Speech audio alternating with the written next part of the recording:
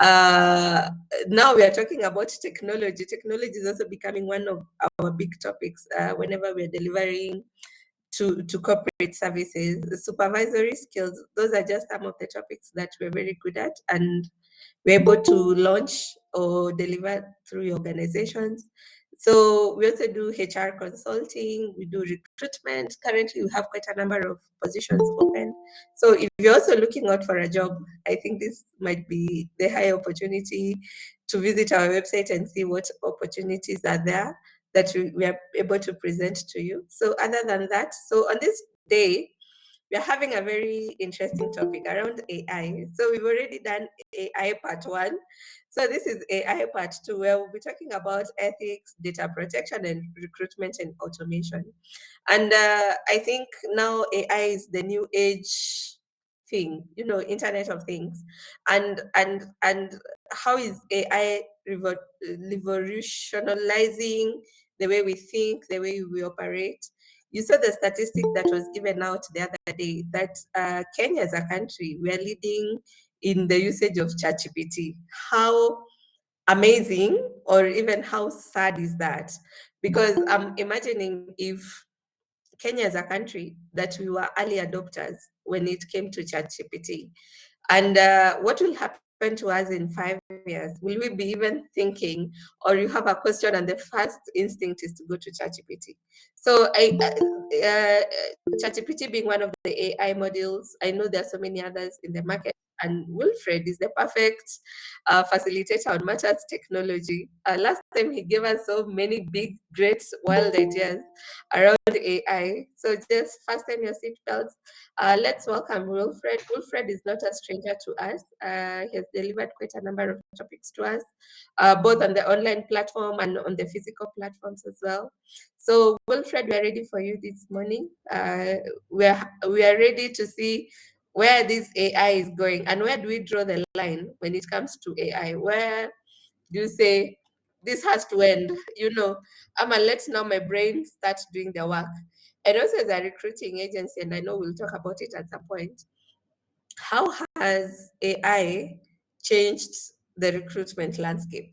So that is it from me. Once again, karibuni sana. Wilfred, over to you. Thank you very much, Purity.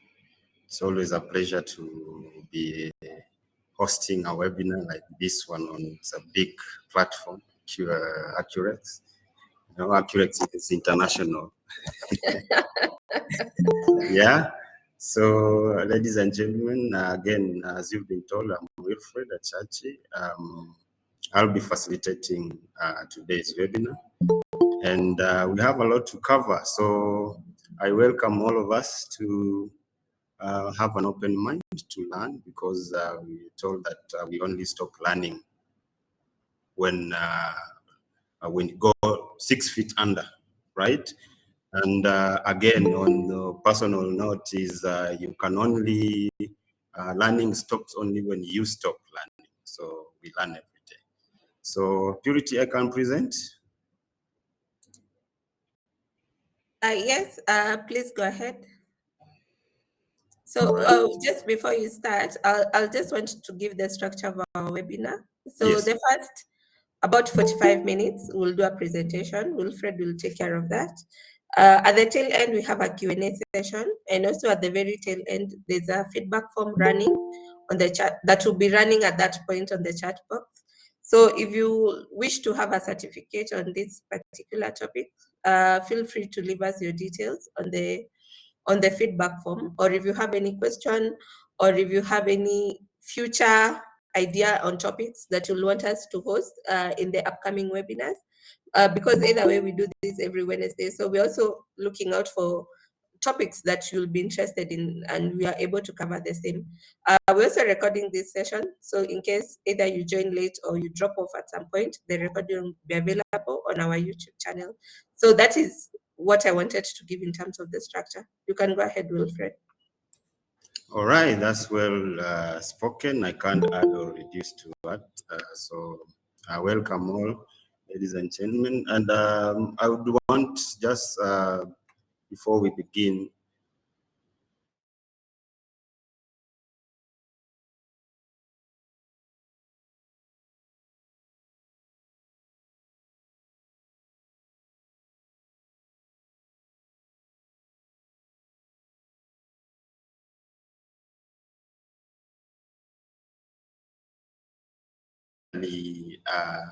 aware.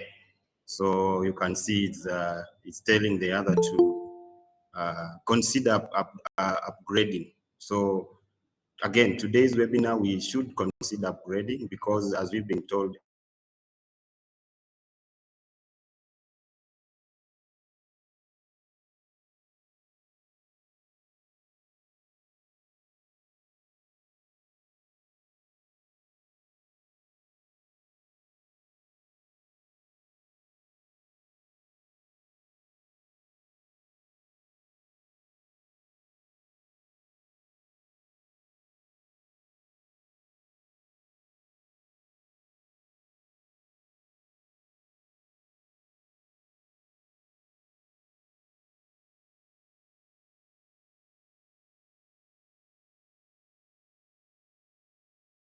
to decide if you should be hired or not. I see people are saying yes. Huh? So people trust AI, right? Some are saying no. So it's varied. Huh? So it's an open question. I'll think about it, and we shall maybe discuss that at the tail end of the session. And we shall be posing other questions as we go by. I would like this session to be very interactive. As much as there is a Q&A at the end of the session, I would like us to, voice up our questions when we have them so that we don't forget at the tail end of the session. This topic, the objective of today, we want to, or rather I'm hoping at the end of today, we shall have covered the foundation of ethical AI and how we use it in our organizations. We shall see how to go about data protecting, or rather protecting data in our organization, because we realize that we are living in an automated world. And these days, everything is being automated. Last time we covered about AI, we were learning about how we should interact, or rather cope with AI being the in thing that is coming up. So we shall see about that. Again, we shall see about recruitment, automation, opportunities that come about with automation, and also the red flags that come about with that, because as much as we automate, we should also be aware of the downside to automation, so that it doesn't derail us in our day-to-day activities, all right? Also, we shall see how to ensure that we are applying automation in terms of fairness, and we are also applying this in terms of holding people or the systems accountable to what is being done. Again, we are going to see about how we're going to collaborate with the AI so that we can see how these cross-functional departments in terms of organizational structure, how that come about. We're going to see how to build this is like a protection framework, the guardrails for ethical policies.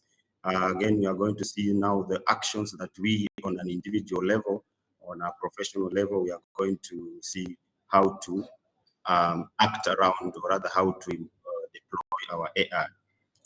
Right, so now that that is out of the way, now we know what to expect. Let's go in. Now, foundation of ethical AI, how we use it in our organization. When we refer to ethical AI or ethics, and maybe for the show of hands, someone can tell me how you understand by the word ethical AI or ethics, if at all. Let's be lively. We have Purity, you can also assist me on the chat platform. If someone is posting something there, you can we can highlight that as we go. Now, yes. Kevin has raised his hand. Just tell us, Kevin. Yes. When you say ethical AI use, for me, what I understand is the acceptable way or the right way to use AI in organizations. As simple as that. Yeah, true. Well said. In a simple terms, it's the guiding principle that guides our behavior. The best way we can do using systems within our organization. All right. So also this covers in another front in terms of development. It covers the deployment, the governance, and then the way we align with human values and the rights that deal with those. So when we are talking about foundation of this ethical AI, this is what we mean. It should be fair. That means it should be void of biasness. It should be void of discrimination. It should be transparent. Help, or rather, you can explain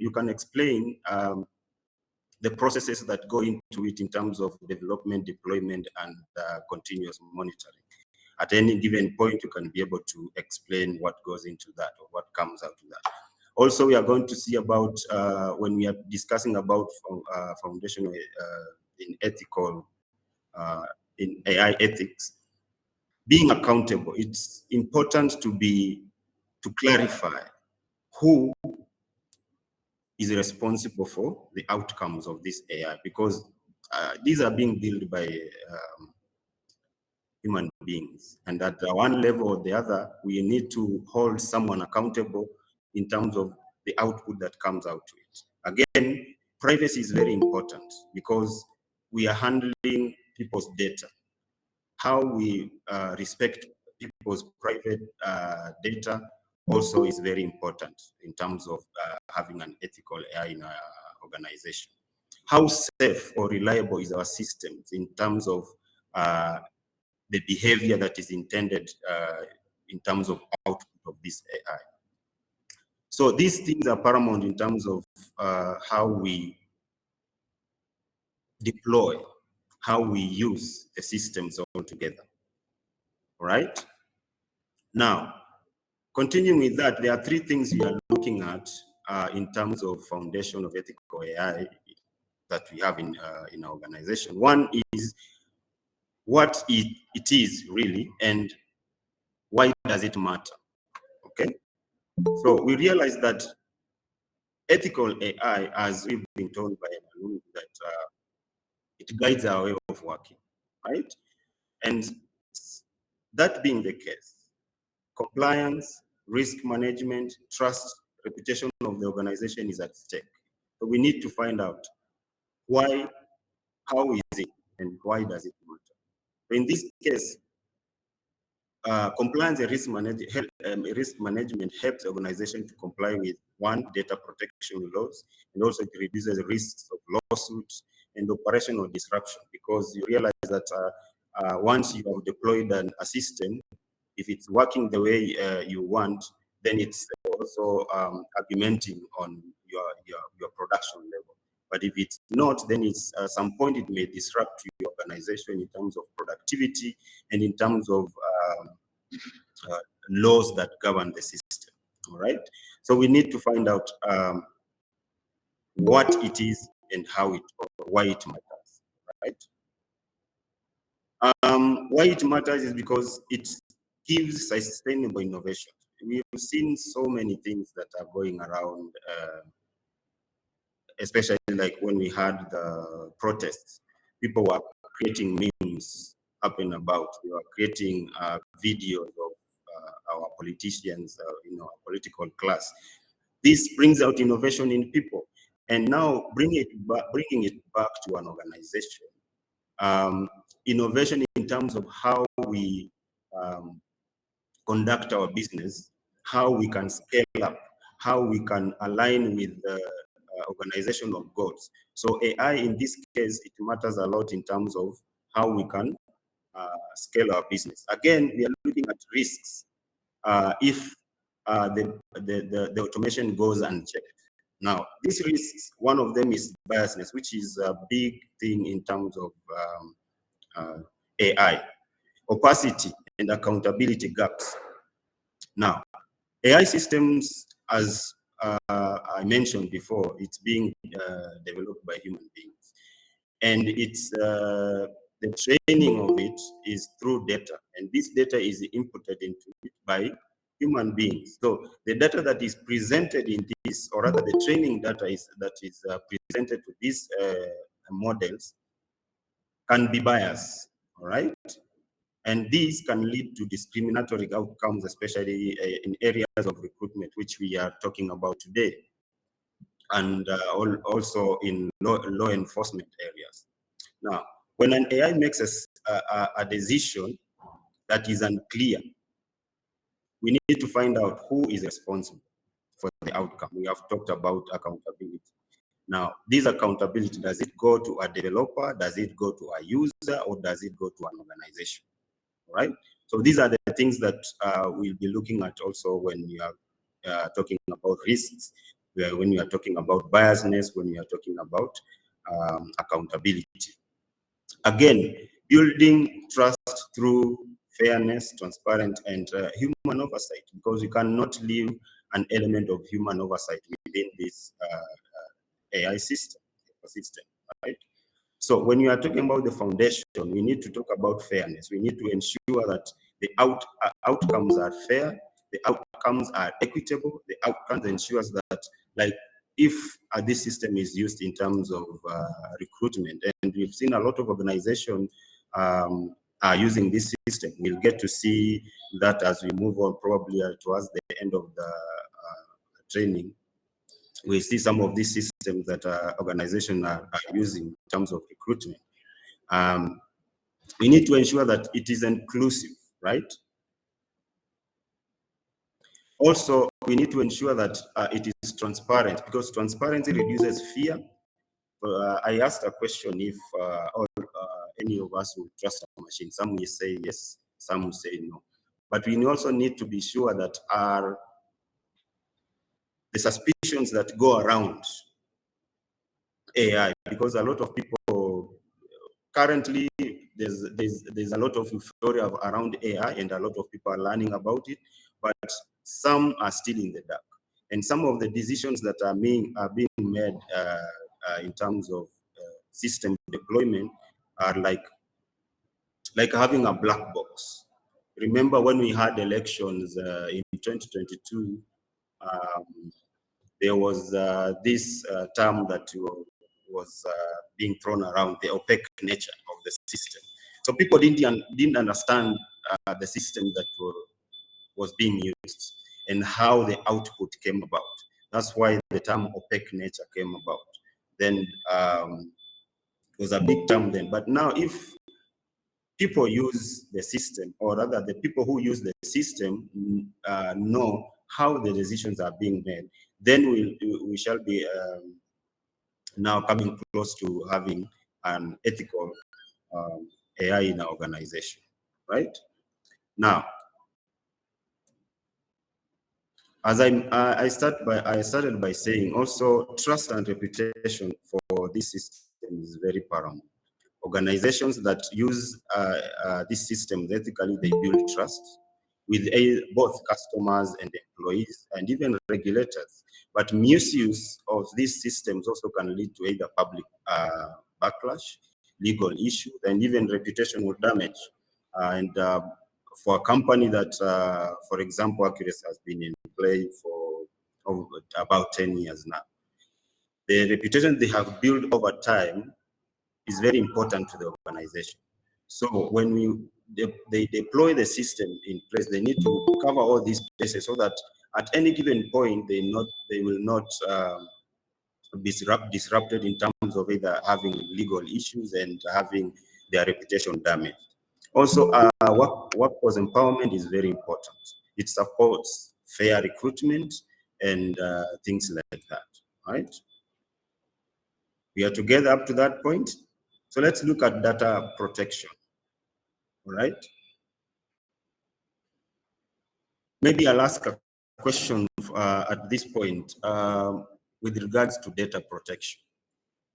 How would you handle a candidate's complaint about personal data being used without consent? For those of us who have interacted with AI, maybe with a show of hand, or you can type your question or rather answer at the chat platform. How would you handle a candidate complaint about their personal data being used without consent in an AI hiring process? company has incorporated or rather deployed an AI to help in terms of recruitment, how would you handle a candidate complaint? Anyone? Nalungu again, Kevin, thank you. Yes, I think how we handle that, although this would seem like solving a problem rather than being proactive, but since it's AI, when the candidate, we can make sure that when the candidate is applying for a job or has started interacting with the AI tool, the first interactions, the AI sends a text saying, before we proceed, kindly look at our data privacy and protection policy and how your data will be used. So once the candidate consents to it, then now we can go on to now looking for the job or updating information and so on and so forth. Yeah. So thank you, Kevin. I believe all of us are wary about this because when we receive complaints, there's a way we handle them. And with these complaints, if they are about our systems that we use, that's why we need to have auditors, and we are going to look about how, in terms of audit, how do we need to audit these systems in terms of them, the system being used in our environment in terms of recruitment, hiring, creating laws and things like that. Another question would be, if, for example, you are a recruiter. Now, this will go direct for people who are HRs on the call. If you have a system, you have deployed a system, and the candidate that the system has chosen, it has, the system has told you that this candidate is likely to leave within a year.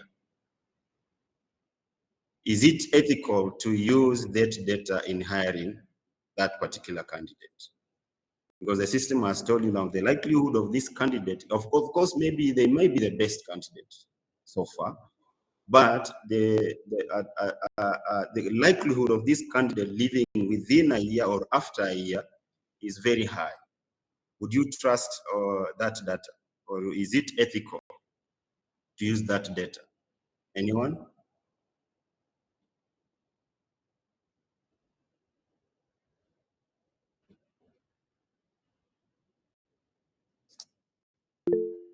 Yes. It's me, Wilfred, as also the audience tries to put their heads together. And I think that's a very interesting question.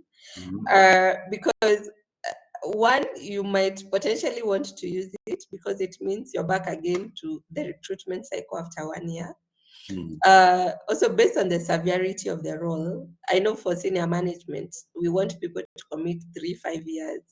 So potentially, I may not favor that candidate, especially if I will know that they will live in a year, or even maybe make that insight to influence either the package they will get at the point of employment, look on how to enhance the role, because potentially I know a lot of people leave because of growth.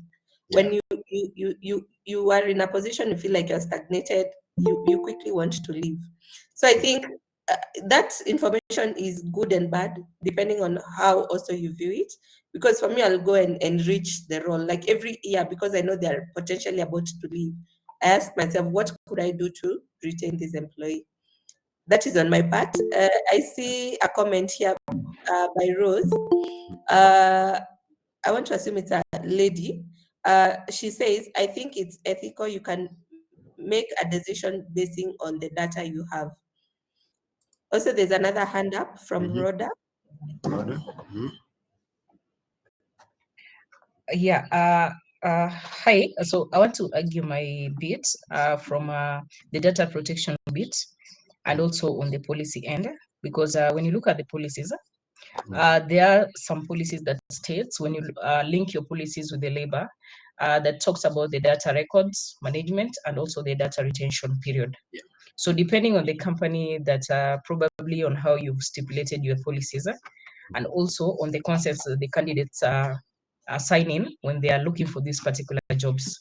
So you might be protected by your data retention records period per each and every company. because these are the documents that you enter on the data protection when you are supposed to be. Let's say, for instance, if you have already gotten the data protection policy, the certification.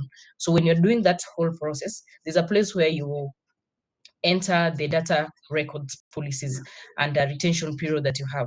So it will protect you as a company, that it's something that you have, and the DPO already has that particular data with them. So for me, I feel like depending on how you view it and how you protect yourself.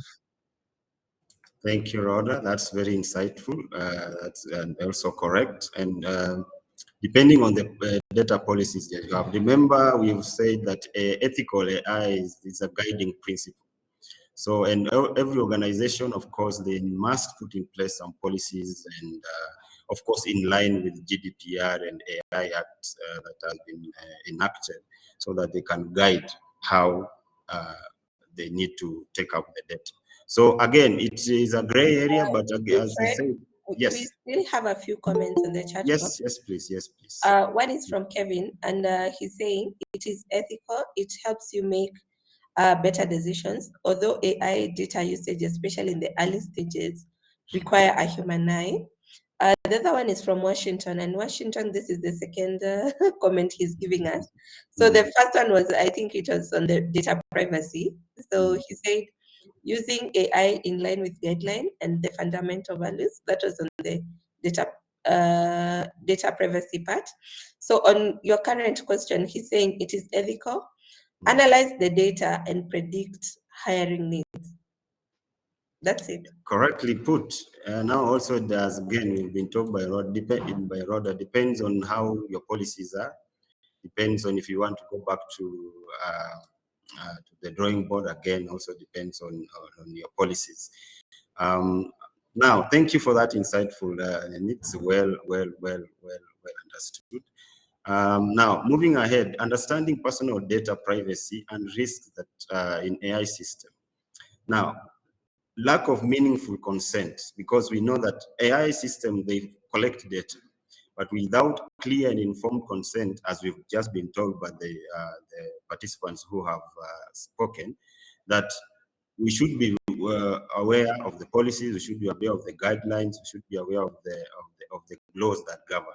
So me as a user, I may not be aware that my system is being used to train. Like, for example, ChatGPT, some of us wonder why it is free, largely, for section is free. Then on the other side, there's a paid version. This free, we use it, but also that data is being used also for the training of ChatGPT. What was there in 2023 for those who started using ChatGPT then, and what is there now is definitely, there's a lot of improvement. Again, I've talked about opaque decision making. Decisions that are not explainable to users, even developer, they lack transparency, they lack accountability and user trust. So these are some of the risks that are there in deployment of AI systems, right? Now, another thing we are looking at is, let me go to the next slide.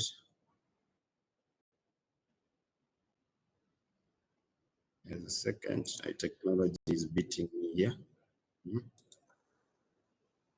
Right. Number two, overview. We've just been told with Rhoda, by Rhoda about the laws.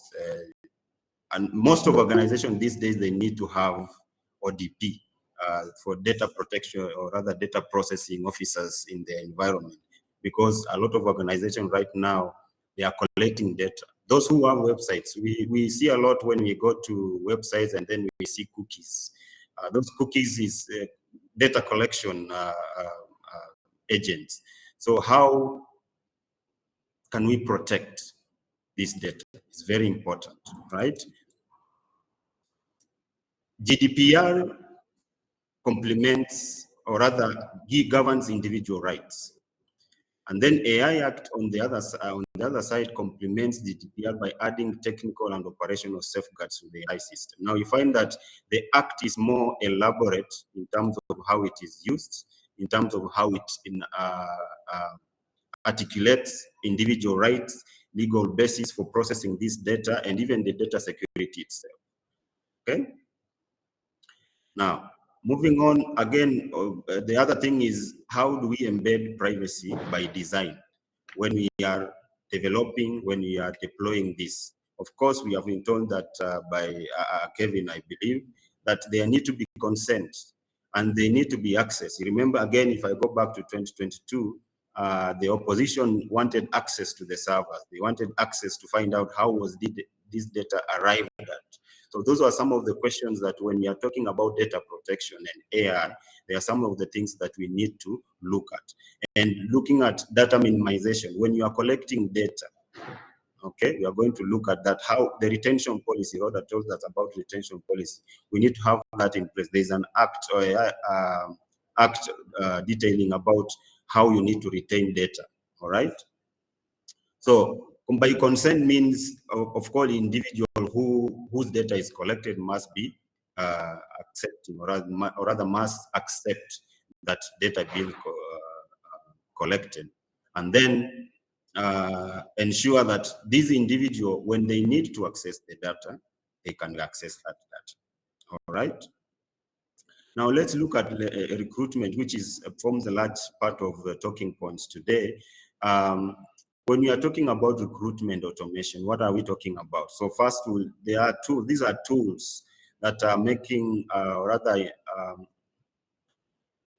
are governing the whole journey between requisition and probably parting ways with an employee, for example, and goes about their from CV screening, onboarding, management in terms of appraisal and things like those. And we have seen a lot of websites and a lot of recruitment applications. They have a chatbot that when you interact with it first, there are questions you must ask. All right. So how do we creating individual inclusive job description, inclusive job description with AI? We have tools that help reduce gender-based, biasness, gender bias languages. Like, for example, we have tools that check if applications have been posted, how many applicants are male, how many applicants are women, and such like stuff. Also, we are looking at optimizing resume screening, configuring filters that are fair and relevant to the jobs you are posting. Also, we are looking at maintaining the human element. We have been told again and again that it depends on your policy. At the end of the day, the machine has given you this data. What is your human input? How do you blend this automation with your personal judgment? All right. And then KPI metrics are also being automated. There are several applications. I think we'll look at one if time allows, that are used to keep KPIs and metrics in terms of recruitment, also employee management. Now, there are opportunities also, and there are red flags. How automation is used in hiring, or rather, from resume to passing to chatbots. All right. Now we have AI-powered tools that scan resumes. A lot of people ask, how is this ATS system, or rather application tracking system, operate? Right. It's a big question that is asked by a lot of people out there. How is it? So they extract key information, and these are done by recruiters. They have key information they input into the system, like experience, education, certification, and so it scans. I remember before AI, I was working in another organization that one time they posted a job and then they received a lot of applications. And if you, especially government offices, if you see them, they receive a lot of application, and I'm very sure none of the staff would go through all those applications. One thing they used to do is just to start looking at the page itself. If your handwriting is bad, if your format is bad, they don't look at your degrees. They don't look at, you can have 8 degrees, but your handwriting is bad. that one is taken off. So there are benefits to the AI now automation that saves time for recruiters. It reduces errors. Like for example, this person with 2 degrees, you are tearing the application just because probably the format or rather the handwriting is not good. Some of us wanted to be doctors and we were trying to write like doctors so that no one understands our handwriting. So these are the risks that are within this. Is AI may overlook qualified candidates because you have just inputted the key points or rather the key elements that you are looking at. So in this sense, it might mismatch your posts, or it might be biased in terms of the selections that you get. Another point we are looking at is identify and mitigating bias in algorithm. Now, when historical data is used in hiring, some of it may reflect past discriminatory practices. For example, probably a system, is favored one ethnic gender or people who have maybe short stature or something like that, because these are things that are, highlighted into a CV, something like that. All right. Now, the source model may sometimes favor certain aspects of data. So that's why a human element comes into play. When you have this data, how are you scanning it, or how are you the oversight? You may overlook qualified candidates just because of these keywords that they missed, right? Now, the benefit of this is the AI provides, support 24 hours because the system is live all through. It improves the experience of user experience, that is, and also for those recruiters who use the system, it can free up their time so that they can do other things. There are some cognitive tests that are input in the system in terms of assessing this, like personality tests and interviews. I've had someone gone through an interview with an AI bot, right? So those are some of the things that we are looking at in terms of red flags and how also opportunity comes into play. Now, avoiding efficiency traps. Now, efficiency comes into play where now you have an AI system which is very fast, and then it is very fast, yes, but now at the cost of fair candidate evaluation, at the cost of inclusive hiring, at the cost of transparency and accountability. Now, over relying on these keywords is a trap sometimes, because sometimes, as I said, with these AIs, there's a filtering system that they have been put into place. So this filtering system uses keywords to extract, or rather to select. So the risk is it excludes qualified candidates with non-standard phrasing. So that's why these days, these people who have come up with now they are telling people, I can format your CV so that you find a better job. And some of this work because now they have mastered the systems in terms of those keywords that the TS system is looking for. All right.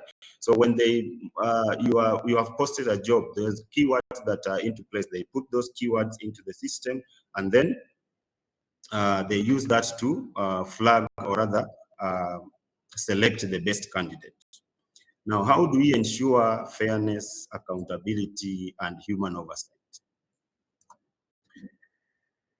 We are looking at also 3 things. When automation crosses the line, what do we do?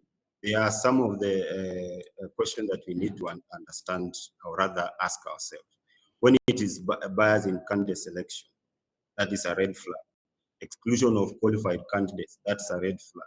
Invasion of privacy in terms of data input, the data that we look up, we look for. Now, intervention for this is to identify and document the problem and then create factual basis for action. Right? That is one. Number 2, how do we assign responsibility and who is accountable for this AI decision? We've seen that AI makes decision in terms of the data that it's been trained to do. Now, there must be a human or an organization that explains it, right? So that one can take ownership. The risk for this factor is the result may be biased against protected groups, either based on gender, age, race, and so forth. And of course, that will violate anti-discriminatory laws. The risk for this is organization will be held liable, and then, as I said in the beginning, your reputation. You can imagine an organization that you have been in play for over 10 or 20 or so years, your reputation being destroyed just because you are not keen enough, you did not do due diligence in terms of AI deployment in the environment. All right. Any question up to this point?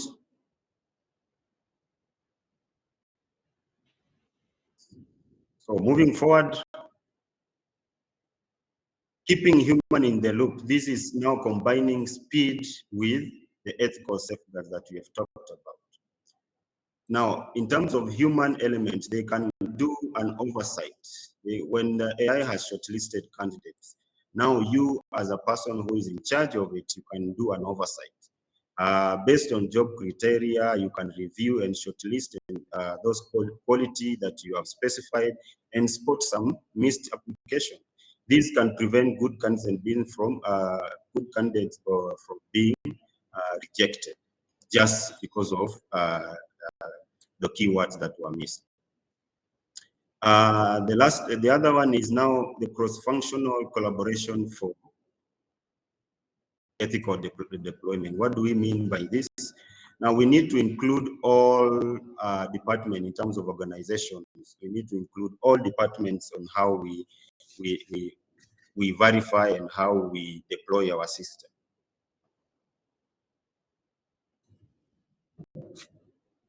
One will be involving HRs, IT, compliance, and legal in AI implementation.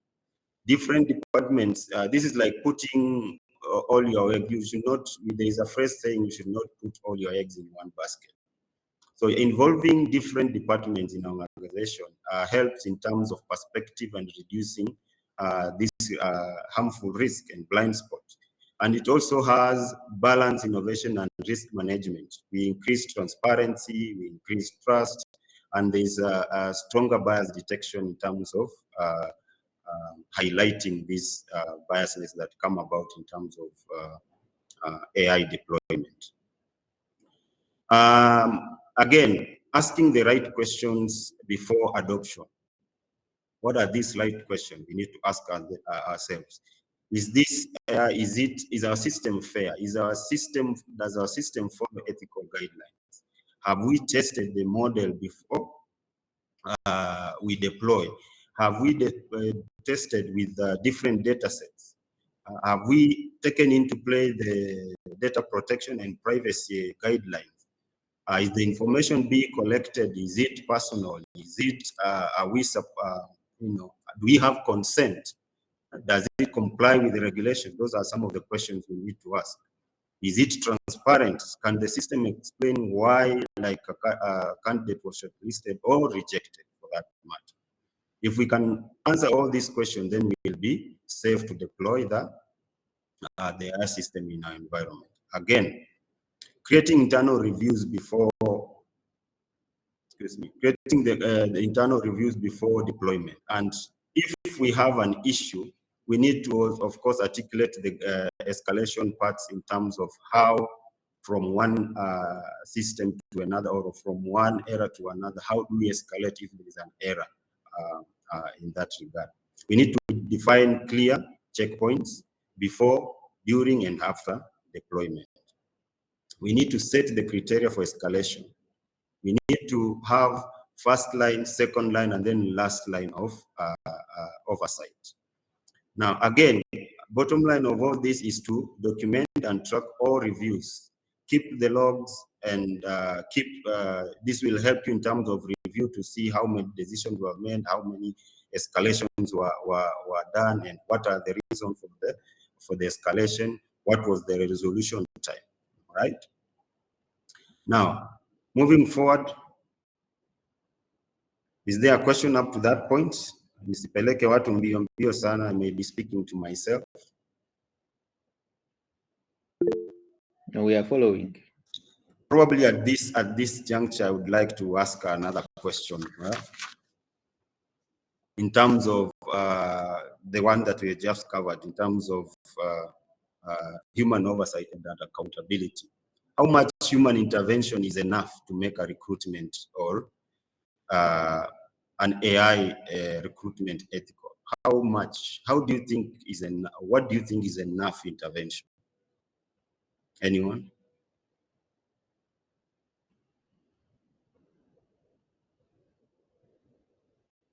Yeah. Kevin, yes. I think enough intervention to me is when the AI tool has looked at the CVs and given them a score.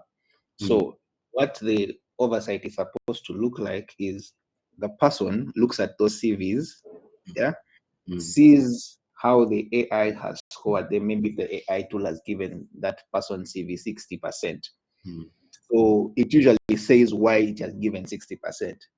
So you look through and see, because as you said, there's some people who use keywords and they know how to bypass the AI to give them good marks. So I look and say, why is the AI giving this person 60%? So I see, okay, it gives 60% because the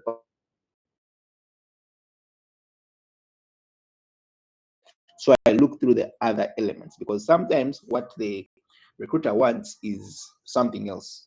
And over time, the recruiter might have to keep teaching the AI how to do what they want it to do. So oversight is you just now look through the CV very fast and see, okay, did this person deserve a 60% or no? And usually, just besides the AI score, there's a place now for the hiring manager's score, and that's what actually progresses the CV to the next stage. So for me, that's what I feel like human intervention is supposed to be like. Yeah, thank you, Kevin. Anyone else? Jerry? Good morning, everyone. I think the human intervention would be bringing the heart of the business to the process. What are your business? What type of employee do you need for your business? What brand do you want the employee to come and represent? So that you are able to match everything the candidates have and what the business needs. Thank you. Yeah, that's clearly stated, short and brief. Now, at this point, probably a follow-up question, and Kevin had mentioned something there about people who have mastered the skills of what key elements to look up. Now, another question would be, if an AI recommends a candidate, and then later on that candidate doesn't perform to your expectation, should that influence how you use AI in the future in your organization? Anyone? If the AI system has recommended a best candidate for you, but along the way, this candidate doesn't perform at par or at your organization requirement, does that influence your use of AI in the future? I think it does. Yeah, Timothy, yes. Considering it, the AI is supposed to serve and give us the results we want, and therefore we should be able to train it consistently to give us our desired results. So therefore, it will inform how we are going to engage it going forward. Thank you, Timothy. Anyone else? Purity, you can check for me if there is any text on the chat box.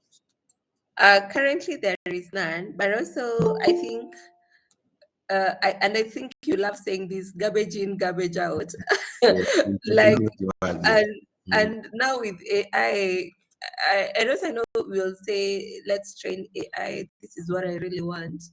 But looking actively, like currently, we've been doing some round of shortlisting. Yeah. And people have mastered to go behind, or Kenyans. they've mastered, like the CV is perfect from a short, like you see, you say, I want, help me shortlist people with masters, 5 years of experience.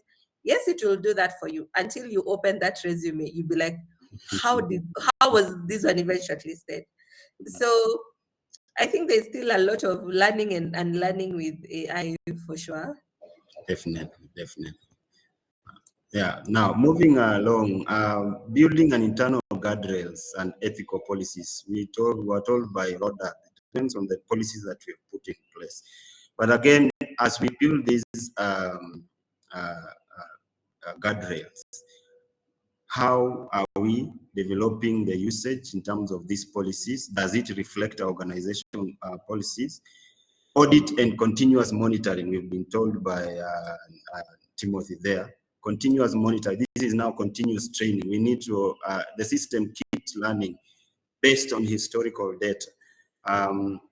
Is it adopting the system over time? Is it adopting to organization policies over time? And also partnering with third-party vendors in terms of integration of this platform, right? So in terms of developing this AI, we need to have a strong moral compass. This is, again, going back to the ethical AI guidelines that we talked about in the first place. We need to have these guidelines in place, and all the staff in the organization need to align, or rather need to understand what are these guiding principles.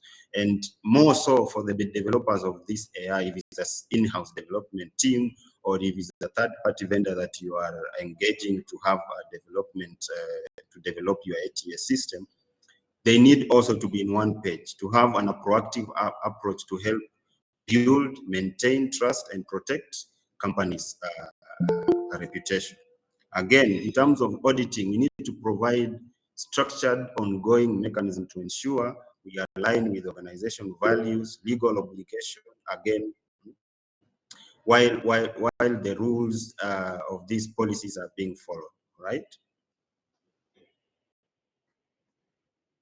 Now, in terms of looking at third-party engagement, we have to ensure, and there's a thing we do in terms of project management called an NDA. This is a non-disclosure agreement. You need to align. If this vendor is coming into an environment, are they following the guidelines that I have put in place? So they need to do their due diligence in terms of communication, contractual obligations, and in terms of clearly defining expectation, what they are needed to do, when and how that is done. Okay, as we finalize, what are these practical examples or practical actions that we as professionals need to employ at every level? Now, this concerns everybody, not just the developers of the system, not just the PPO, this is data processors, so it involves everybody. So again, we are looking at 3 points I see here. These small steps that promote ethical technology use in our daily role. Before deploying any new tool in our either organization, whether it's big or small, as I said, we need to encourage teams to be in alignment with policies, and this we encourage questions. We saw about asking those simple questions before deployment. Is this data AI trained? This data, could it contain either discriminatory data, or is it biased? How would a user feel if this AI was making a decision about their life? This is not like about their career. Promoting ethical technology doesn't require a complete overhaul of organizational operation, of course, not overnight. But by embedding this consideration in our daily routine, decision-making processes become easier. Taking these small, consistent steps, we can build a culture that's responsible and rather build aligns with policy guidelines. And also it boils down to individual responsibility, which is, of course, the cornerstone of promoting ethical technology. How is our individual self aligned with these guidelines? We promote a culture of see something, say something. When you have a system in place, is this system okay? At any point, if there is an error, say something, so that we encourage these employees to report any potential data security issues, even if it's small. right? Because it can have negative impact on our organization. And as I mentioned before, you wouldn't want an organization that has been in play for over 10 or so years to just fail because of a small oversight. Again, we've mentioned that an organization that continuously monitor regulations and policies and changes, they stay ahead of the game. This is one way of staying ahead of the game. Asking questions, continuous improvement in terms of training data for these systems, so that you don't become non-compliant. Of course, having audits done every now and then to understand how the adaptation is done, how the data is being used, of course, and how people are aligned to the policies. All right. Now, probably the last question will be now a quick poll as we finalize, because we are done. Time is not on our side. We want to look at other things. If you have ever been rejected, I know most of us at one time we have applied a job, or rather we have taken we have gone through rather a recruitment system that uses AI. Have you ever been rejected without knowing why? Raise your question, maybe a thumbs up if that has happened to you. If you have ever been rejected by a job application without, many of us. Eh? So again, that one is not, many of us have gone through that rejection without knowing what it is, okay? So again, with your thumbs up, tell me if you have, if you think AI can make better hiring decisions than humans can. If you have been there before, I'm told these days when they say BC is not before Christ, they say it's before Corona. I don't know how true that. So before AI system came in play, and now that we have AI systems, do you think AI can make better decisions in terms of hiring decisions than human can? The thumbs up.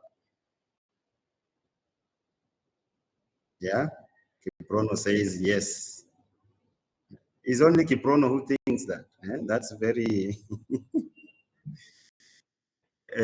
Jerry says yes also.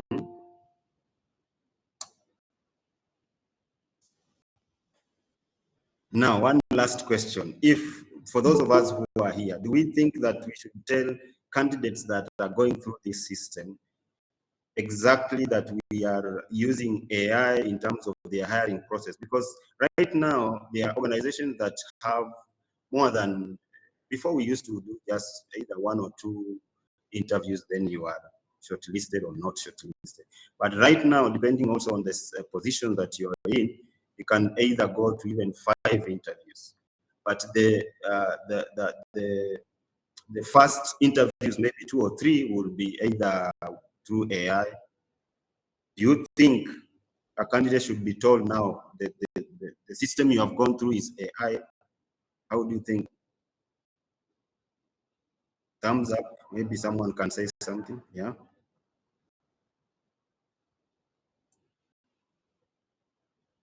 Just Mungai said transparency is key and the disclosure should be made. That's correct. Rose of God say yes, we should tell candidates. All right, so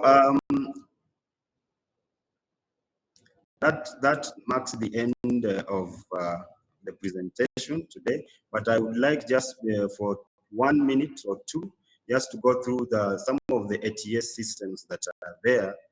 I'll stop presenting and then just a second, just give me a sec. And then just go through. As I go through this, maybe we can talk about, as much as I'll talk about these other AI systems, Purity will help me now discuss about, because we know Accurex has PiPO HRIS, which also is employing ATS system. Yeah. How they're using and how has the process been in terms of recruitment processes. Okay. So just let me know if you can see my screen. Yes, we can. There are several applications that are out there. One of them, which I think would be just selected a few, but there are several. Zoho Recruit. When you go to Zoho Recruit, of course, you'll be told to go through that. And they have a way of, you can register for a webinar to show you how to, if you are a recruiter like Accurex is, you can post your jobs here. It's one of the best that is out there. They also have a free platform that you can use if you are a small organization. There's another one called Go Hire, which is says it's your perfect plan for hiring systems. You can go through that. This one doesn't have a free plan, but you can see the pricing, how it does. There's another one called Indeed, which of course this one has a free platform, which does analytics, that candidate messages, note taking, employee mobile app. So if you're an employer, you can have an app to see the job that you have posted. How is it faring? How many applications have gone through that? And there is another one called Smart Recruiters, AI-powered software for superhuman hiring. See, keyword here is superhuman in terms of now it's sticking, it's giving you the best of the best. But again, the human element doesn't have to be ignored in this sense, because we have seen how system can be biased. Of course, it goes without saying. It gives output depending on the training models, or rather the training data that it has been trained on. So there are many. I will not show all of it, but there are many applications out there. I remember one time, the last AI class we went training we went through, I gave out some, AI tools to help for those who are data analysts, for those who are accountants, designers, and all those. So AI is here to stay. So the more we get accustomed to it, the more we use it, the more we benefit from it. But of course, as Purity mentioned, garbage in, garbage out. If you put bad input into the AI system, it will give you bad input, right? So at this point, I'd like to give Purity so that you can, in 5 minutes, maybe just tell us how PiPO HRIS is working, how has the process been, and then we take a few questions. Back to you, Purity. All right. Thank you so much, Wilfred. That was very insightful and also triggering in the sense that AI is with us, and you can imagine whenever we think about AI, I think the early adopters, the ones we are talking about in 2023, we did not think it will have this big impact now that we're in 2025. So PiPO HRIS, and also thank you for promoting our competitors, Wilfred. But other than that, this is PiPO HRIS, a proprietary product by Accurex, of course. And whenever you are busy talking about recruitment, the challenges we are going through. So I just want to like show you how ATS ideally works, and also how people are beating ATS at it. And I don't know, myself and my team were still at that 50-50 kind of stage. Do we go full AI? Do we go full, we forget about it and adopt to other methods? So that is where we are. So ideally, whenever we are posting jobs, and this is, I know a lot of people ask the questions, why have all of a sudden job applications become very long? Long in the sense that we are asking questions, we are asking so many details about you. So for example, this is just an example. When you are posting a job on the back end, you'll go through an interface like this. So this interface will define what we want, whether it's in the level of education, the type of education we want from you, the different qualifications that are there. We'll put up the job description, of course. So by the purpose of putting a job description is actually so that it can also match with your what is it called, your CV, your resume. So because the purpose of an AI or ATS in this case is to match what we are looking for vis-a-vis what you give the system. So a lot of times we put the job profile there, the key responsibilities. Now these are the good to have skills, and actually this is the point that people are playing around with AI and ATS systems. I'll show you how they are doing it, because now these are the keywords you are looking for in your resume. So, and I had also prepared like a demo resume. I think that's a good size. It's visible. Yes. All right. So you see, on the application platform, we've already put key skills, or what we are very keen in terms of skills. What do applicants do on the other side? Now they've created that section on their CVs that also have what? Key skills. So this is the way they're beating ATS, because now you'll exactly put what you're looking for on your resume. So by default, your resume will be picked. Is it the right for a recruiter? Maybe not. So that is one of the ways that people are beating it. And also, like on the job description part, I've seen very similar resumes that reflect almost 100% on the job role. So they're busy taking this what is it called? This job description or roles and responsibilities, put it in, for example, like ChatGPT. ChatGPT, yes. Yes. And tell it, unaona hii section yangu hapa, match it. Yes, definitely. Kenyans are very enterprising.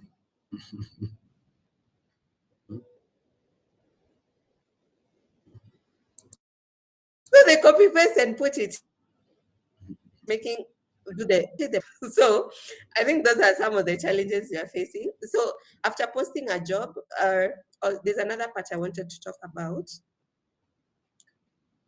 So this is just about the job specifications. This is very specific to PiPO HRIS. I know the different ATS platforms available, they also have different structures.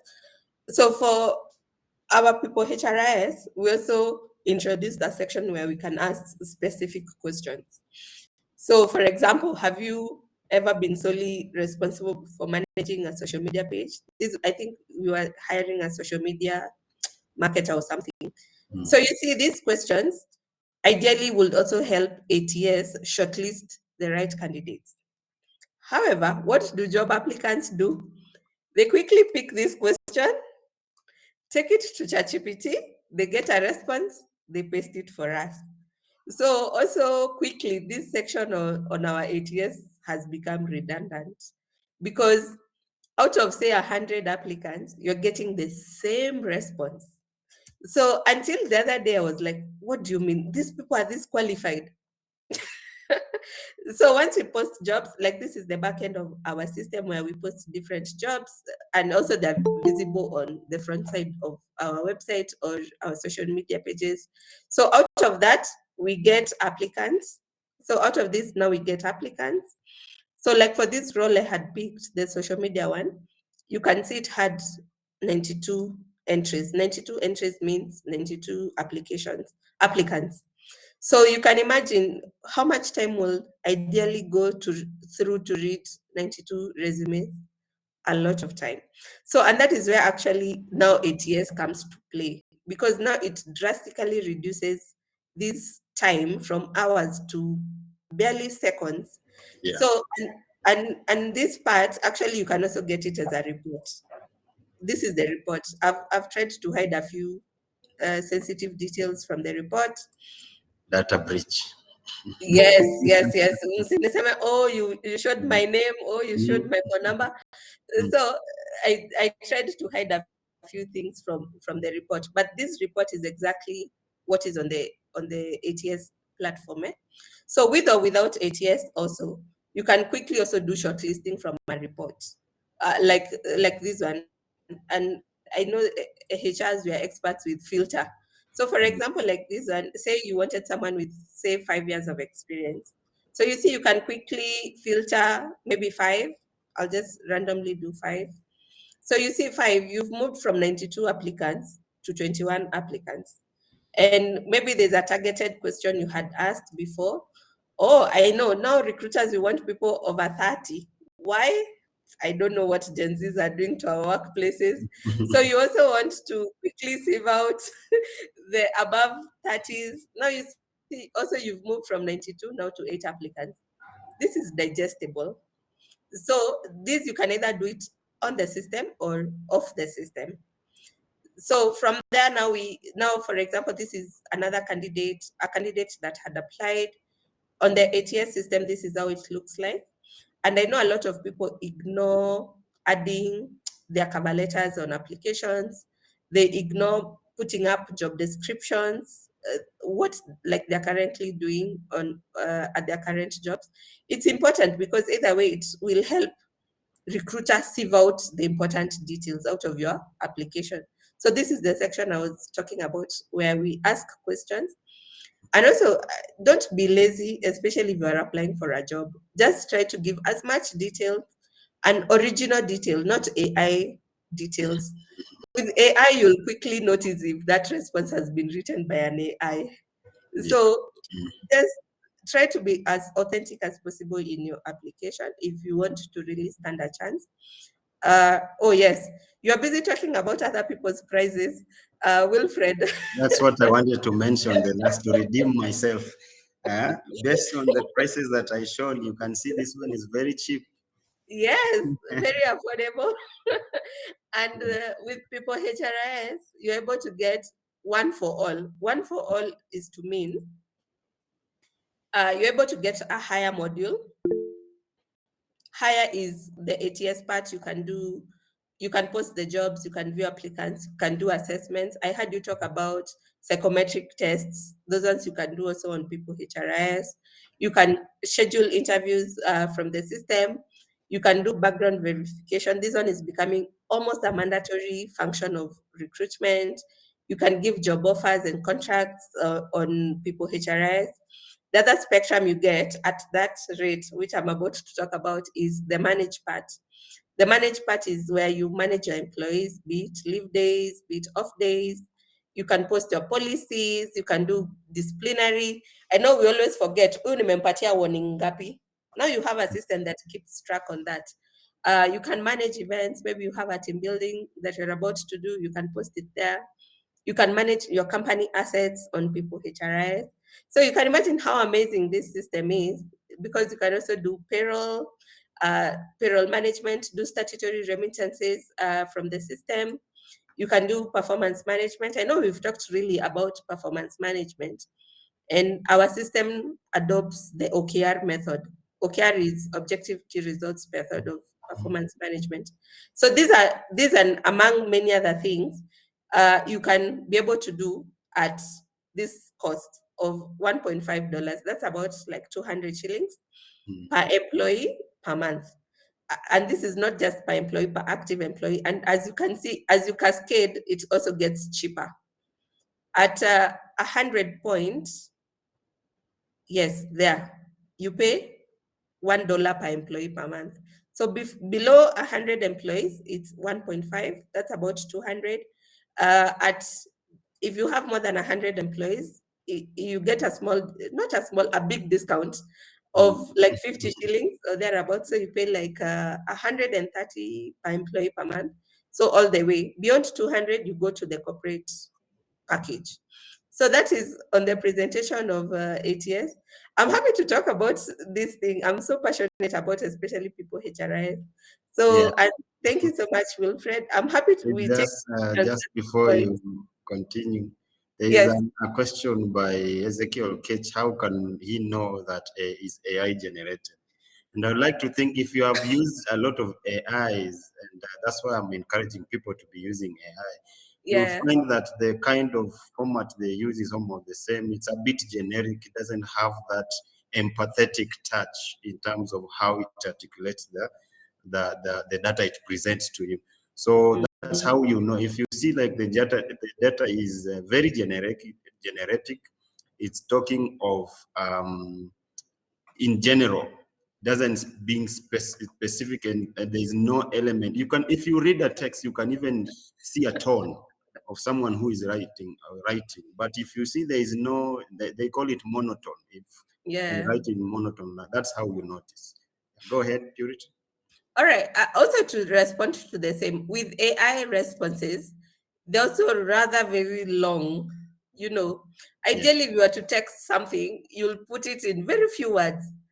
But like the part I was showing you where responses we receive, you receive 5 lines, you'll be like, this is not a human. Then all the I's have been dotted, all the T's have been crossed. You'll be like, this is not human.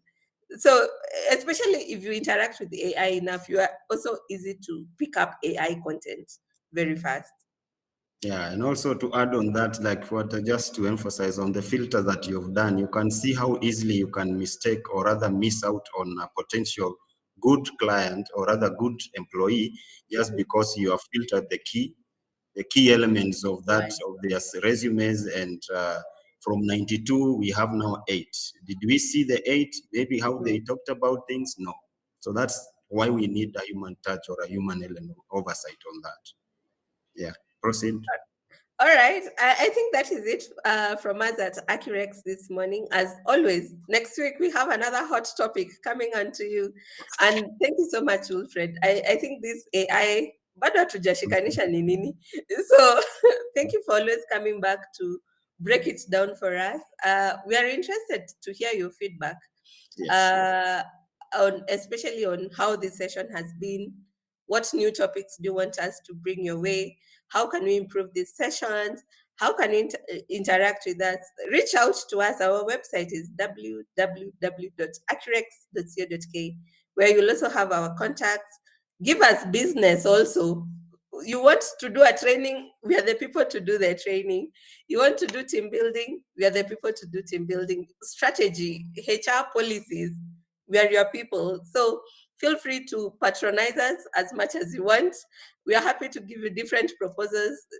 Just share insights on how our pricing looks like, and look for ways we can do partnership. So that is it from us at Accurex. Thank you so much, everyone who joined midway from the start.